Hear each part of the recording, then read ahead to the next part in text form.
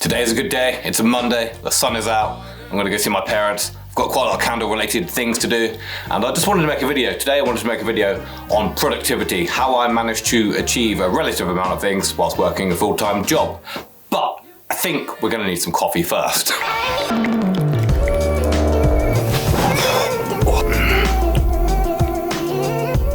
For most people, Monday's rubbish because it's the beginning of the work week. For me, Mondays are brilliant, the pub is shut, and it means I can crack on with some stuff. Hallelujah, so let's get on with it.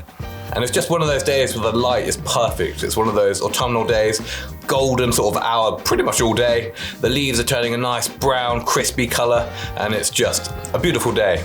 So we're going to get a lot done, and we're going to talk about productivity on the way to see my parents in Norfolk, as well as cracking on with a few candle activities. And away we go. My first productivity hack is utilising your time better. In most cases, whenever I get a spare moment, I try to think, what can I do in that minute to get the most out of it rather than in that hour? I don't want to look back in my life with regrets, wondering about the what ifs and what possibilities I could have had. So in any given moment, I ask myself the question, what is one actionable step I can do now, which is going to help me in the future? It could be something really simple, like 1 minute of just cutting a few wicks, or it could be 5 minutes of editing a photo that I need to put on my website. Little things like that are going to take me a step closer to my goal, and it's just going to be something more productive than sort of flicking on Instagram for a minute. So that is how I try and structure my day, and those little wins all add up throughout the day.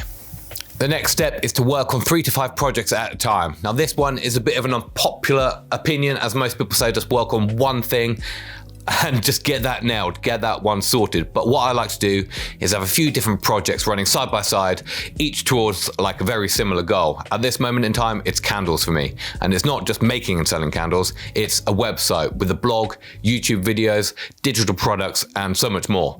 I have plans set out what I want to achieve, but it can be difficult forcing myself to do certain things on a certain day. Some days I'm nowhere near energetic enough to film a video. Oftentimes on a day off, well, due to my introverted nature, it takes me a bit of time to recharge my batteries after a busy day chefing, talking to people, and just all of that kind of stuff. So on a day where I don't feel like filming a video, I could write an article, and I pick the task best suited to how I feel on that day in terms of vibe. So yeah, that's the most sort of wishy-washy hippie thing I've said for a while, but I'm here for the vibes, man. Setting goals. I have a big board of goals with actionable steps written out.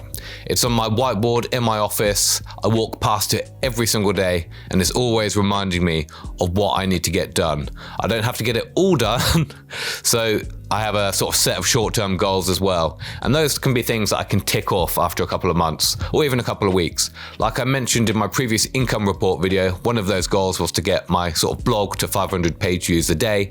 And in the past few days, I've hit that. So that's sort of well on towards that. And you get those little dopamine hits that help keep you consistent. So those little short-term goals will keep you motivated, because sometimes the big goals can be quite daunting. So you need those little things just to keep you ticking along. It also keeps you in the right direction, having goals, and it sort of just keeps you steady, as life has a way of throwing curveballs, and you're going to divert from the path and sort of zigzag and go there. Like, hitting your goals isn't a linear step. It's not a 1, 2, 3 step process. It's a few steps forwards, a few steps back. So just having a big board of goals, a vision and a plan just helps you get towards where you want to be.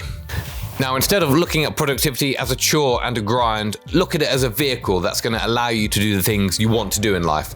Unfortunately, in life we have to do things. It's kind of an obligation in order to stay alive. And we could either work until we're 67 and retire with a few good years left in the bank, but we could also front load life and achieve as much as possible and free yourself from the rat race. Each step I take is getting me closer to my ultimate goal, a simple life with a house and a garden where I can creatively work on projects, learn new crafts, and produce a life of meaning.